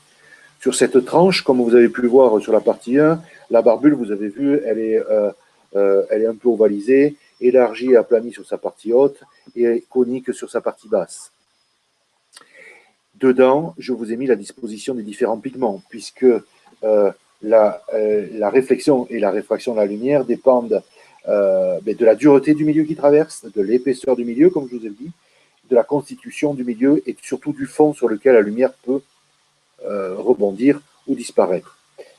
Sachant que une lumière blanche est une lumière qui est constituée de toutes les couleurs du spectre. Une lumière noire, une surface noire est l'abstraction de toutes les couleurs du spectre. Donc, ce que je voulais vous montrer à travers ça, c'est que les rayons lumineux, j'y arrive pas à mettre, les rayons lumineux frappant le dessus d'une barbe sur le dos d'un oiseau. Je parle d'une plume visible et sur sa partie ouverte à l'air, pas recouverte. Les rayons frappent la première couche cornée, qui est une couche opaque, et pour certains, rebondissent vers l'extérieur et renvoient la lumière. Pour d'autres, traversent ces différentes couches, donc cette couche cornée, traversent la couche de l'hypochrome qui se trouve au tiers supérieur de la barbe et sont aussi réfléchis, et d'autres, plus puissants, traversent la couche cornée, traversent la face de l'hypochrome et vont aller sur le fond de la barbe. Si le fond de la barbe est mélanisé en noir ou en couleur sombre, les rayons sont absorbés. S'il n'y a rien, la lumière est réfléchie. Le lipochrome, lui aussi, peut influer sur la lumière. Pas de lipochrome, la lumière est blanche, donc elle nous renvoie un canari blanc. Le lipochrome est jaune, je parle pour un oiseau qui est dépourvu de mélanine. Le lipochrome est jaune, ça nous renvoie une couleur jaune. Le lipochrome est rouge, ça nous renvoie une couleur rouge. Maintenant, si nous additionnons au lipochrome des microgranules colorés de mélanine au fond de la barbe, la couleur réfléchie ne sera pas la même, puisqu'une partie des rayons lumineux seront absorbés par les microgranules de mélanine noire ou brune. Suivant leur densité, comme je vous expliquais tout à l'heure, soit l'intégralité soit absorbée, soit une partie. Et bien évidemment, notre vue de la plume divergera. On verra ou un oiseau noir, sombre, ou un oiseau plus gris, allant jusqu'au très gris. Idem, si vous avez beaucoup de microgranules, la couleur lipochromique paraîtra plus terne et différente que si vous avez peu de microgranules noirs. L'oiseau sera beaucoup plus lumineux et tirera plus vers le jaune. Pour vous donner un exemple, on y viendra tout à l'heure sur la couleur des oiseaux ou en deuxième partie, sur une partie dans une phase suivante, puisque visiblement je vois le temps passer très vite. La couleur d'un noir jaune, la couleur renvoyée d'un noir jaune, n'est pas du tout la couleur d'un Isabelle jaune. Tout ça parce que la quantité de mélanine contenue dans le fond des barbes et des barbules n'est pas la même. Donc là, on va aller dans le détail de la formation des mélanines et de l'eumélanine, qui est partie très intéressante et partie qui nous concerne particulièrement à nous, éleveurs de canaris couleurs. Je pense aussi au bec droit, peu aux canaris de posture. En fait, les mélanines, c'est un nom générique de deux types de pigments qui sont les eumélanines et les phaéomélanines. Ça vient du grec, ça veut dire bon, le préfixe, et phaéo veut dire mauvais, clair. Et ça correspond bien à ce que nous avons. À la base de la formation de la plume, vous avez une migration de cellules mélanosomes. Ce sont des cellules spécifiques qui fabriquent la mélanine. Comme je vous ai dit, la mélanine est fabriquée sur un système de protection ou d'amélioration de l'être vivant par rapport à son milieu. Ne serait-ce que le fond d'un œil noir par rapport à un œil bleu, l'œil noir est moins fragile qu'un œil bleu, ou un œil rouge de canari a une moins bonne vision qu'un canari à œil noir. Ces phénomènes chimiques que je vais aborder en vitesse, alors je vais reprendre. Sur les cellules mélanosomes, il y a une production de mélanine. Cette production a une base chimique identique. Il y a une action d'une enzyme. Cette enzyme s'appelle la tyrosinase. La tyrosinase agit au niveau de la cellule pour créer une base identique à toutes les mélanines qui s'appelle la dopaquinone. Alors, dopaquinone, en abrégé, ça donne DOPA. Donc, cette molécule est la base pour tous les types de mélanine. Or, suivant l'action d'autres enzymes, vous avez une production de mélanine, soit de mélanine noire, soit de mélanine brune. Alors, c'est un procédé chimique où on a de la dopachrome qui transforme la dopaquinone et pour arriver à de la quinone qui donne une molécule qu'on appelle en abrégé DHI et une autre transformation avec une autre enzyme qui donne un acide 5,6 que vous avez sur le schéma. On pourra le grossir pour voir si ceux qui veulent aller plus dans les détails, qui donne une mélanine qu'on appelle DHICA. Uniquement l'action de cette différence d'enzymes donne deux E-mélanines différentes. En fait, la DHI est une mélanine noire, la DHICA est une mélanine brune. Ce sont des chaînes qu'on appelle polymères. Alors, une chaîne polymère, c'est quoi? C'est des molécules d'acides aminés qui se regroupent les unes aux autres pour créer des molécules plus grandes. Et ces molécules plus grandes, en l'occurrence, sont des chaînes de polymères pour créer les E-mélanines. Si nous revenons à la base initiale de la DOPA, la base initiale des 3 mélanines existantes, et que l'on rajoute l'effet de la formation de la phéomélanine. De manière identique à l'eumélanine, la phéomélanine peut se former de deux manières différentes. Soit avec la benzothiazine, soit un précurseur de la benzothiazine. En fait, comme vous l'avez sur le mélanine, ça donne une phéo plus ou moins rouge ou une phéo plus ou moins jaune. Ce sont les deux mélanines différentes chez l'oiseau, le phéomélanine et le mélanine. C'est avec ceci qu'il va falloir travailler pour avoir des oiseaux qui se rapprochent le plus près de ce que vous voulez du standard. Ces transformations sont dues à l'influence d'une hormone qui s'appelle l'alpha-MSH. Grâce à l'action de cette hormone sur des chaînes protéines et une protéine qui s'appelle plus précisément la P53, vous avez ces formations de mélanine. En fait, sans le savoir, nous sommes des apprentis biologistes et nous sélectionnons des oiseaux qui ont des tendances plus ou moins importantes à fabriquer ces enzymes et ces hormones, et ces enzymes. Nous sommes aussi contraints de sélectionner des oiseaux qui ont des productions d'hormones par la thyroïde ou l'hypophyse qui ont des productions beaucoup plus grandes. En fait, on gère par la sélection les oiseaux qui ont des productions plus ou moins importantes, surtout plus importantes de certaines hormones pour créer des mélanines noires ou des mélanines, des phéomélanines. Qu'est-ce qui peut stimuler la production de ces hormones? La stimulation, elle se fait par les UV pour la production, elle se fait par la génétique et elle se fait par le milieu. J'ai tendance à dire les UV, il y en a à peu près partout. Il y a peu d'éleveurs qui élèvent dans des pièces complètement obscures. Donc, il y a toujours un reliquat d'UV qui stimule les oiseaux, ou tout au moins la production de ces hormones. La production, l'action du milieu et l'action de la génétique, on va dire que c'est 50-50. 60-40 plus pour la génétique. Ça veut dire qu'un oiseau qui a un fort potentiel génétique, mais qui est dans un milieu déficient, où il n'a pas la nutrition qu'il lui faut, où l'air n'est pas sain, plutôt vicié, chargé en CO2 qu'en oxygène, ne pourra pas exprimer tout le potentiel qu'il a. Idem, un oiseau qui est déficient en potentiel génétique et qui est dans un milieu excellent ne pourra pas exprimer puisqu'il n'a pas la génétique qui lui permet d'avoir plus d'hormones favorisant la formation de ces protéines de mélanine. La base de la formation de ces hormones est le minéral de transport de ces hormones est le calcium.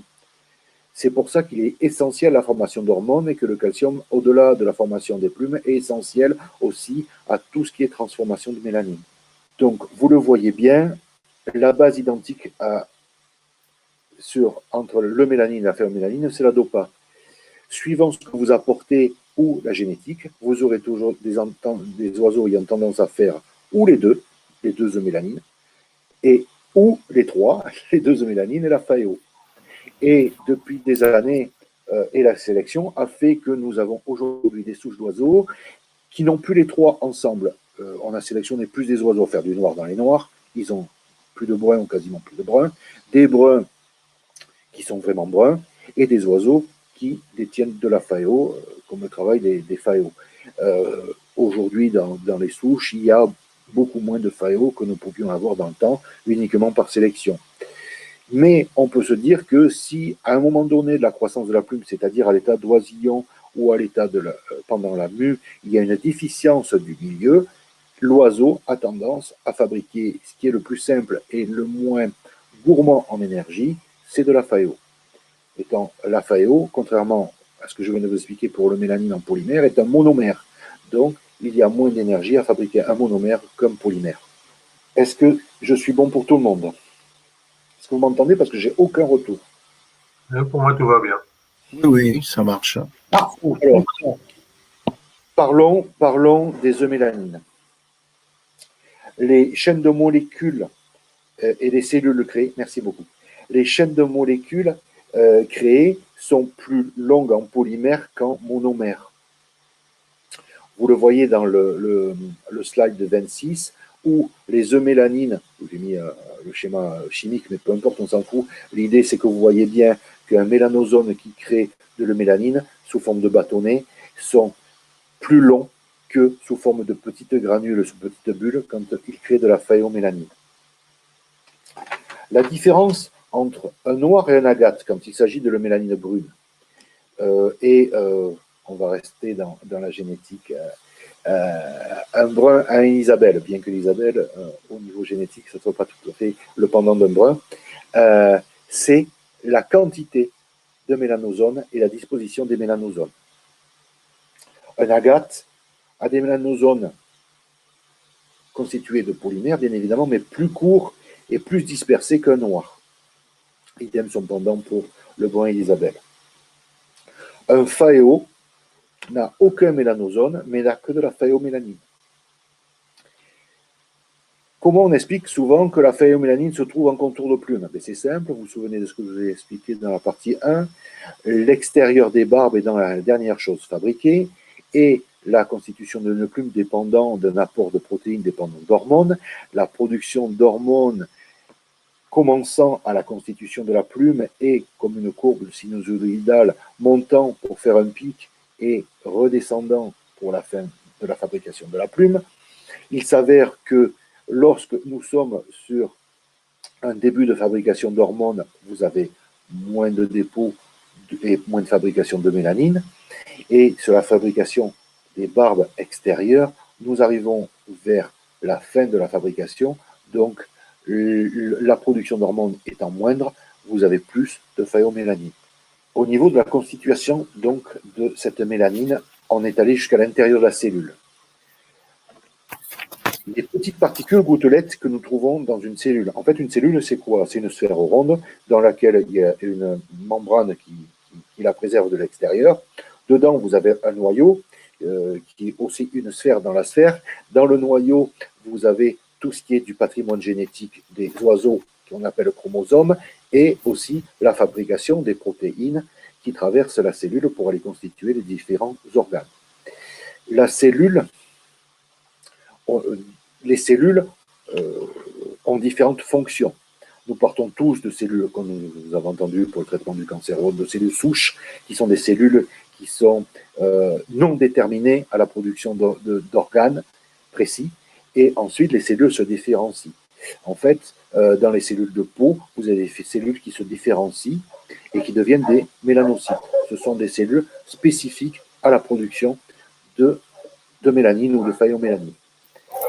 Ces cellules produisent des petites gouttelettes dans cette fameuse sphère. Donc, vous avez l'enveloppe sphérique, le noyau au milieu, et dedans, ça baigne dans une espèce de liquide plein d'éléments. Et d'éléments comme les mitochondries qui servent à respirer et à transformer l'énergie, et d'autres éléments que la cellule, par interaction avec le milieu extérieur, transporte au noyau pour être transformé. lorsque le noyau a constitué les éléments de petites gouttelettes de mélanine, appelées mélanosomes, ces mélanosomes, vous le voyez sur la photo C de gauche, migrent au travers de petits filaments, ils sont portés au travers de petits filaments de mélanine vers l'extérieur de la cellule où ils éclatent. En fait, ces petites bulles de mélanine vont éclater à la surface extérieure de la cellule pour la colorer en noir. Noir ou brun, ou brune, peu importe. Mais voilà comment se forme la mélanine dans un être vivant. Chez un être vivant, pardon. Donc, chez l'oiseau, la mélanine va se déposer en fur et à mesure de la constitution de la plume. Et comme je vous ai dit dans la partie 1, il y a un regroupement de cellules de manière abondante qui migrent autour de l'enveloppe à la fanation. Donc, on a grossi 100 fois une barbe d'un oiseau. Comme je vous l'ai dit dans la partie 1, lors de la constitution de la plume au niveau du collier, c'est-à-dire sous l'épiderme, là où il y a tout ce bouillonnement d'apport de nutriments pour constituer les cellules de kératine, il y a à la fois les cellules contenant le mélanine.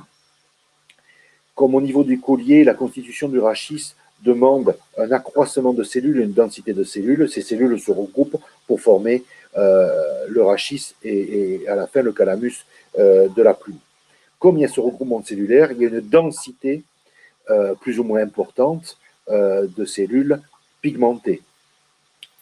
Donc, pourquoi je dis plus ou moins importante? Parce que, comme vous l'avez vu, suivant la production de mélanine, les cellules sont plus ou moins colorées. Ces cellules se regroupant au niveau des barbes, vous le voyez sur cette photo au microscope, on voit bien que les barbes sont colorées sur leur partie axiale de mélanine noire. Si on passe à la photo 29, on a grossi encore les barbes et vous voyez que le mélanine noir fait des taches à la surface de la barbe. Enfin, la surface. Ce n'est pas tout à fait la surface. C'est sur la barbe, vous avez des taches de mélanine. Plus ces taches sont rapprochées, plus l'oiseau est noir. Moins elles sont rapprochées, plus il est gris. Idem pour le mélanine brune. Attention, c'est l'équivalent en noir ou en brun. Donc, plus il y a concentration de cellules comportant de la mélanine ou étant colorées de mélanine, plus l'oiseau aura un fond noir. Là, en l'occurrence, quand on grossit 100 fois, je peux vous comparer ça. Alors, on va dire que si l'ensemble de cette photo était noir, nous aurions affaire à un noir. Si l'ensemble de cette photo, sur l'ensemble de cette photo, vous avez des points diffus, il semblerait que ça soit un agate. Je vous rappelle le fait de la lumière. Le noir absorbe de manière intégrale la lumière, le blanc la réfléchit. Si vous avez des points noirs, la lumière réfléchit de manière partielle et donne un gris plus ou moins foncé. Nous, éleveurs de canaris couleurs, on joue énormément avec ces nuances, que ce soit sur un fond noir ou désoxydé ou dilué, et les mutations qui en suivent, que ce soit pastel, opale, etc. On joue uniquement sur ces nuances sur la surface des barbes et du rachis. On va passer à la diapo suivante, où là, je vous explique plus précisément où se situe la mélanine et le lipochrome. En fait, on a encore plus grossi en haut sur une photo et on voit, c'est une adaptation que j'ai faite pour que vous compreniez mieux. On a encore plus grossi cette barbe et on voit bien que la mélanine se trouve sur l'axe central de la barbe et le lipochrome sur la partie périphérique. Le lipochrome et la mélanine sont, hormis en opale, pour la mélanine, plus prépondérants sur la face extérieure de la plume que sur la face intérieure, ce qui est somme toute normal puisque c'est un effet protecteur, comme je vous ai dit, des UV. Et donc, il est normal que ça soit sur la partie extérieure. Sur le schéma en dessous, vous voyez une coupe de barbe dans lequel, sur la partie cornée périphérique de la barbe, vous avez le lipochrome, et comme je vous ai dit, de manière plus prépondérante sur la partie visible, difficile à exprimer sur un schéma, et dans la partie cornée creuse, la partie centrale. Au milieu des alvéoles d'air, et on le verra, on l'avait vu tout à l'heure dans la partie 1, vous avez ces micrograines de mélanine. Je reviens sur notre travail d'éleveur sélectionneur. Il ne porte que sur ces micro-détails. En fait, notre travail est de sélectionner une épaisseur de partie opaque avec de l'hypochrome pour avoir une densité plus ou moins importante du reflet donné de la couleur. Je m'entends. Si vous densifiez cette partie opaque, le lipochrome va être beaucoup plus intense parce que, comme la peinture passait plusieurs fois sur une surface, la couleur va être plus intense. Si vous densifiez les grains mélaniques, je prends du noir mais comme du brun, la couleur va être plus sombre, mais la couleur de fond va être beaucoup plus intense aussi, puisqu'elle ne laissera pas passer la lumière. La diapo 31, c'est deux canaris qui vous montrent cette différence et l'action de la mélanine. À gauche, vous avez un hypochrome jaune intensif, et à droite, un noir jaune intensif. Vous voyez bien que la couleur de fond de l'hypochrome, c'est la même, malgré ce que l'on voit. En fait, ce qui a différencié notre vision de couleur de l'oiseau, puisqu'il y en a un qui est vert et l'autre qui est jaune, un néophyte dira il y a un vert et un jaune, c'est uniquement la déformation du spectre lumineux fait par la mélanine. Il s'avère que dans les lipochromes, ceux qui élèvent des lipos le savent pertinemment, la réfraction de la lumière est différente si le lipochrome, qui est un canari qui peut avoir différentes bases, puisque, comment vous expliquer ça? Un canari hypochrome peut être ou un noir, ou un brun, ou un agate, ou un isabelle. En fait, il n'y a qu'une enzyme dans cet oiseau qui bloque la fabrication de mélanine dans les cellules. Mais, de base, il peut être noir, brun, agate ou isabelle. Donc j'en reviens aux éleveurs de l'hypochrome, ils savent très bien que les oiseaux les plus lumineux sont soit des agates, soit des isabelles, parce qu'ils renvoient à la lumière d'une manière beaucoup plus intense. Ce à quoi c'est dû, je ne le sais absolument pas. J'ai des idées, mais ce ne reste que des élucubrations. Scientifiquement, ça n'a jamais été prouvé et personne n'a travaillé dessus. Donc je reviens sur l'histoire du lipochrome. Je ne sais pas pour quelle raison, mais de manière empirique, l'histoire fait que les élevages où il y a des oiseaux tachés, les meilleurs élevages où les oiseaux sont très lumineux, les oiseaux sont souvent tachés d'une tache noire, voire d'une tache isabelle. Pour résumer, notre perception de la couleur est fonction de plusieurs paramètres, de l'intensité de la lumière, de la réflexion de la lumière, du nombre de plumes de l'oiseau, qui fait l'épaisseur ou pas et la consistance du fond, de l'alignement des plumes et de leur recouvrement. Il peut être structurel, mais ça ne concerne pas les canaris, ça concerne les becs crochus ou les exotiques. Et la couleur peut varier en fonction aussi de la quantité de mélanine et de la quantité de l'hypochrome. La quantité de mélanine pouvant faire varier la réfraction de la lumière, ainsi que le lipochrome, qui en fonction de sa quantité, peut faire varier, et sa densité peut faire varier la couleur. Là aussi, il y a eu une question sur les ivoires. Je ne sais pas y répondre précisément. Il semblerait, je dis bien il semblerait, parce que la question porte sur le fait que l'ivoire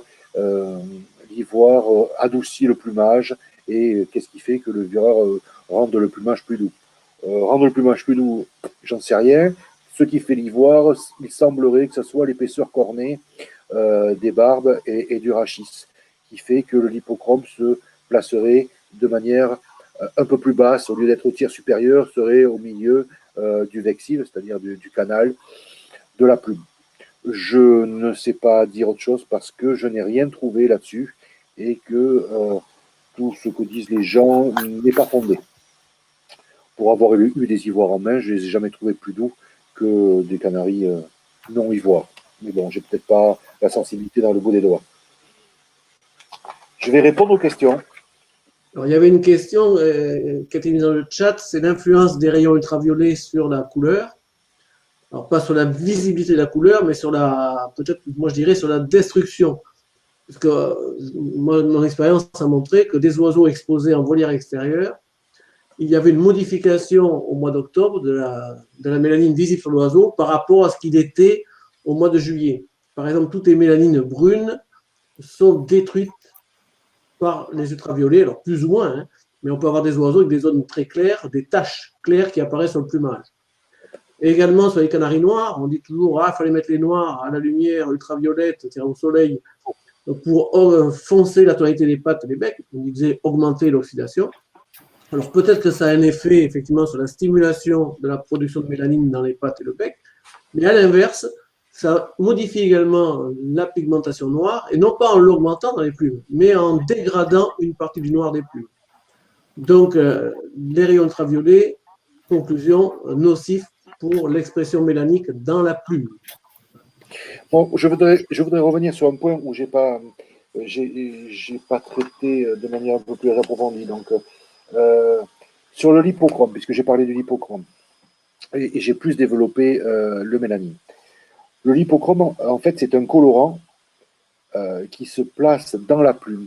Il est essentiellement dû à une famille de colorants qui s'appelle les caroténoïdes. Les caroténoïdes, c'est une forme élaborée de colorants naturels qui s'appelle les xanthophiles. Dans nos canaris, les couleurs jaune et rouge dépendent de caroténoïdes. Alors qu'ils soient naturels, transformés, synthétisés par l'oiseau, ou apportés génétiquement par le croisement avec un oiseau capable de fixer plus les caroténoïdes rouges, en l'occurrence je pense au tarin, et apportés dans l'alimentation par des colorants chimiques. À quoi ils servent le lipochrome chez les oiseaux? Il sert plus particulièrement à repérer et à la reproduction, puisque on sait très bien que chez les mâles sont sélectionnés par les femelles, par leur qualité de plumage et leur luminosité de couleur. La base d'un lipochrome est particulière, puisqu'il y a très peu d'atomes d'oxygène dans une chaîne de lipochrome. C'est fait à base de graisse et le lipochrome est une chaîne de carbone. En fait, il y a 40 atomes de carbone sans oxygène, ce qui fait une particularité à l'oxydation assez importante, puisque les atomes ont tendance à vouloir se lier à de l'oxygène de manière naturelle. Le lipochrome absorbe la lumière, contrairement à la mélanine, dans une fréquence qui varie entre 460 et 550 nanomètres.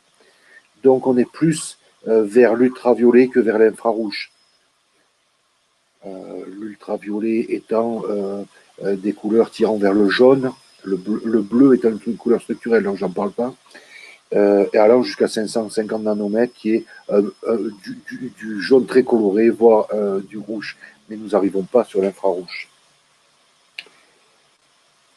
L'avantage du lipochrome, c'est qu'il sert aussi à la création de la vitamine A, qui est un antioxydant.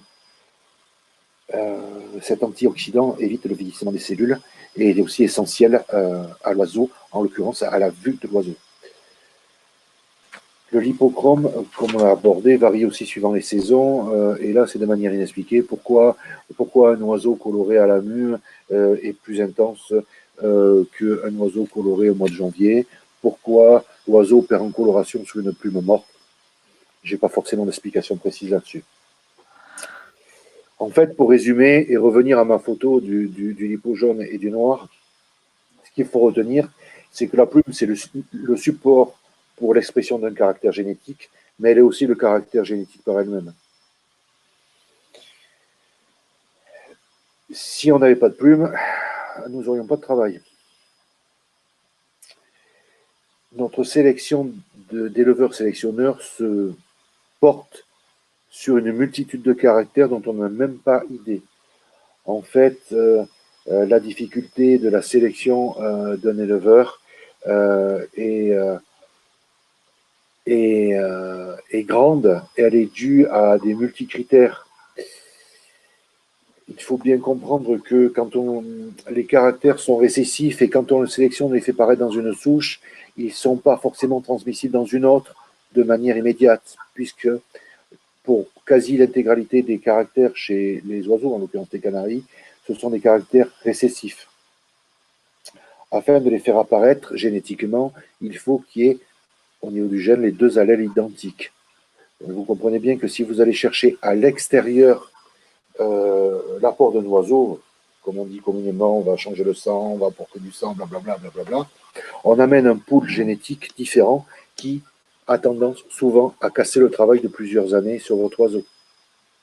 Sachant que vous aurez peut-être mis plusieurs années à sélectionner un type de lipochrome particulier, une forme d'oiseau particulière, un type de mélanine particulier avec un type de plume, dont on va parler dans la partie 4, particulière. Donc il faut faire très très attention à sa sélection et à ce que l'on amène au niveau pool génétique chez l'oiseau. Au niveau d'un facteur génétique, une expression sur la plume, une forme de plume, elle est due à un gène particulier, je pense aux mutations particulièrement des oiseaux et des canaris. Mais elle est due aussi au travail d'éleveurs pour l'accentuation ou l'atténuation. Et ceci est dû à des gènes qui n'ont pas au premier abord d'effet. Je fais une transposition sur l'élevage des vaches ou des poules. En l'occurrence, dans l'élevage de vaches, comme c'est de vaches à lait, en l'occurrence, comme c'est un élevage de rendement et où il y a une importance par rapport à l'alimentation de la population mondiale, la recherche est beaucoup plus précise et le génotype de la vache a été fait depuis plusieurs années. Et on se rend compte que les gènes de production du lait sont identiques chez toutes les vaches. Ça, c'est pas le problème. On s'est rendu compte que l'expression des gènes et les gènes particuliers de mutation ne représentent que 30% du patrimoine génétique des animaux et de l'homme. 70% des autres ne servent soi-disant à rien. Or, chez la vache, vous avez sur l'expression de production du lait des gènes que l'on appelle bloquants ou accélérants pour certains, mais c'est souvent des gènes bloquants. Ces gènes bloquants, quand vous les éliminez, le gène de production du lait augmente. C'est ainsi que chaque année, pour les éleveurs de Holstein, on gagne une production de 42 litres de lait par an d'une génération à l'autre. Ce qui est énorme. Une vache fait 10 000 litres par an. Je vous laisse imaginer ce que ça peut faire d'une génération à l'autre. Chez les oiseaux, on procède pareil. En fait, prenons le cas d'un noir, on va prendre le cas d'un noir. La mutation noire, elle existe à l'état naturel. Si vous voulez l'amplifier, concentrer ces mélanines d'un noir plus puissant, vous ne faites que sortir des gènes qui bloquent le gène de la mutation noire. Alors, noir étant la base sauvage, je suis un peu gêné à discuter de ça avec vous. Mais prenons le cas d'un agate opale, puisque ça fait en transition avec le monio. L'opale existe en mutation chez le canari sans problème. L'agate étant une réduction de mélanine du noir et l'opale venant réduire l'expression de la mélanine en refoulant la mélanine à l'intérieur de la plume. Donc tout le monde, tous les éleveurs ont, quand ils élèvent l'opale, le facteur opale présent dans la génétique de leurs oiseaux. Or, ceux pour qui les oiseaux paraissent plus bleus, par exemple, c'est qu'ils ont éliminé les gènes bloquants d'expression de l'opale. On en arrive à des extrêmes. Alors des extrêmes, pour moi, c'est jamais intéressant. Dans l'occurrence, dans le facteur opale, nous sommes arrivés à un extrême qui est le monio. On a tellement libéré le facteur opale pour qu'il puisse s'exprimer de manière optimale, en sortant ces gènes bloquants, que nous sommes arrivés à faire un oiseau dont la couleur rendue n'est plus du tout la même que la couleur opale, et bon, on l'a appelé monio. Mais ce n'est ni plus ni moins que le paroxysme où l'on a sorti les gènes bloquants d'une expression d'un facteur. Donc, pour revenir aussi à l'expression de la couleur et au rendu visuel, vous comprendrez très bien que par rapport à ce que je vous ai dit, plus les barbes sont serrées, plus les plumes, on va prendre une expression, parce que le champ lexical est très particulier chez les oiseaux. Comme on a peu de recherche, peu de choses, on prend un champ lexical qui n'est pas forcément adapté à ce qui se passe ou qui n'est pas forcément compris par tout le monde, puisque les adjectifs employés ne sont pas forcément compris par l'intégralité des gens. Je vous donne un exemple de Robert Larocque pour rebondir sur lui. Il y a quelques années, nous avions défini les standards des oiseaux et on était sur l'Isabelle rouge. Et pour qualifier le rouge de l'Isabelle, ce qui a fait beaucoup rire nous, gens du sud-ouest ou du sud, il a qualifié l'Isabelle de rouge chorizo. Sauf que les gens du Nord, le chorizo, ils ne connaissent pas forcément ce que c'est.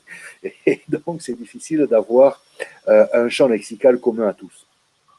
Il n'empêche que par rapport à ce que je vous ai dit, et ce qu'il faut retenir, c'est que dans votre sélection, plus nous arrivons à fermer les plumes, plus elles font un ensemble compact sur l'oiseau, plus la lumière réfléchie est puissante et intéressante pour nous sélectionneurs. Si l'ensemble de protection de l'oiseau que fait la plume est bien fermé, nous aurons un aspect homogène de la couleur et du fond. Si l'ensemble de l'oiseau constitué par ces plumes sont des plumes disparates, mal alignées parce que la génétique fait qu'elles sont mal positionnées, mal alignées, qu'elles sont ouvertes ou que le temps de leur formation, la chaîne de polymère des eumélanines s'est mal faite, nous aurons un oiseau qui non seulement paraîtra terne, flou, avec de la phaéomélanine, donc non conforme à ce que nous cherchons. Il en est de même sur le choix des mélanines et de la sélection de nos oiseaux. L'oiseau originel, il a des stries sur le dos pour se camoufler pour la vue d'un prédateur vu de haut, ou quelques stries sur le flanc, qui n'est pas du tout la même plume que sur le dos, nous l'avons vu sur la première partie, parce qu'il y a éventuellement la vue d'un prédateur de manière latérale. Sur le ventre, l'oiseau d'originel, il n'a pas de stries. Il se camoufle dans les feuillages et la vue d'un prédateur venant de bas vers le haut fait qu'il se dissimule plus facilement avec un ventre blanc ou homogène sans mélanine, puisqu'il se mélange au feuillage ou à l'élément dans lequel il se dissimule. Donc, pour éviter les dérives d'oiseaux que je vois sur les réseaux sociaux ou dans les concours où tout le monde s'extasie devant des oiseaux striés en poitrine, nous n'avons fait que accentuer, et toujours pareil par cette sélection et cette élimination de gènes bloquants, la fabrication de mélanine. Est-ce une bonne direction? Ça, c'est au juge à voir. Merci Stéphane. Nous sommes obligés d'interrompre cette visioconférence. Vous voyez que les 2 heures sont passées bien vite et que nous n'avons abordé que la moitié du thème que nous devions traiter. Jean-Pierre, excuse-nous, la partie exotique n'a pas pu être traitée aujourd'hui. Bien sûr, ce n'est que partie remise. Nous allons donc arrêter la visio là et prévoir une deuxième partie qui, au vu du planning chargé du premier semestre, pourra se faire le dimanche 11 avril. Donc, deuxième partie, dimanche 11 avril. Vous devrez vous réinscrire car la répercussion des inscriptions n'est pas automatique. La partie replay de cette visio, vous pourrez la visualiser dans quelques jours, le temps de faire le montage, et vous savez qu'il y a quand même beaucoup de travail à faire là-dessus. Notre cycle de visioconférence se poursuivra. 14 février, Marc Bum intervient sur le thème de « En hiver, feuilles, fruits, graines pour nos oiseaux, quoi récolter ?» Niveau découverte. Le 28 février, François Gérardin intervient sur le thème des canaris de posture à plumes lisses. Donc, il vous présentera les différentes races, leurs caractéristiques et le moyen de les différencier et de les élever pour lancer la chose là au niveau posture, parce qu'il y aura ensuite toutes les autres races qui seront vues et peut-être après de l'approfondissement. Donc là, c'est niveau découverte sur les postures. Le 14 mars, nous changeons de groupe d'oiseaux. Guy Barra intervient pour nous présenter un petit peu les oiseaux insectivores élevés dans nos cages et nos volières, donc à la découverte de l'élevage des insectivores. Le 28 mars, on passera au diamant mandarin par Frédéric Biver. Il nous traitera de la pigmentation des plumes chez le diamant mandarin, aussi au niveau découverte. Voilà, je vous souhaite à tous une bonne continuation dimanche et merci de votre intérêt pour les visios de l'UOF comme France. Merci beaucoup. Merci. Merci, au revoir. À bientôt. Merci. Salut, merci. Salut les gars. Merci à tous. Salut.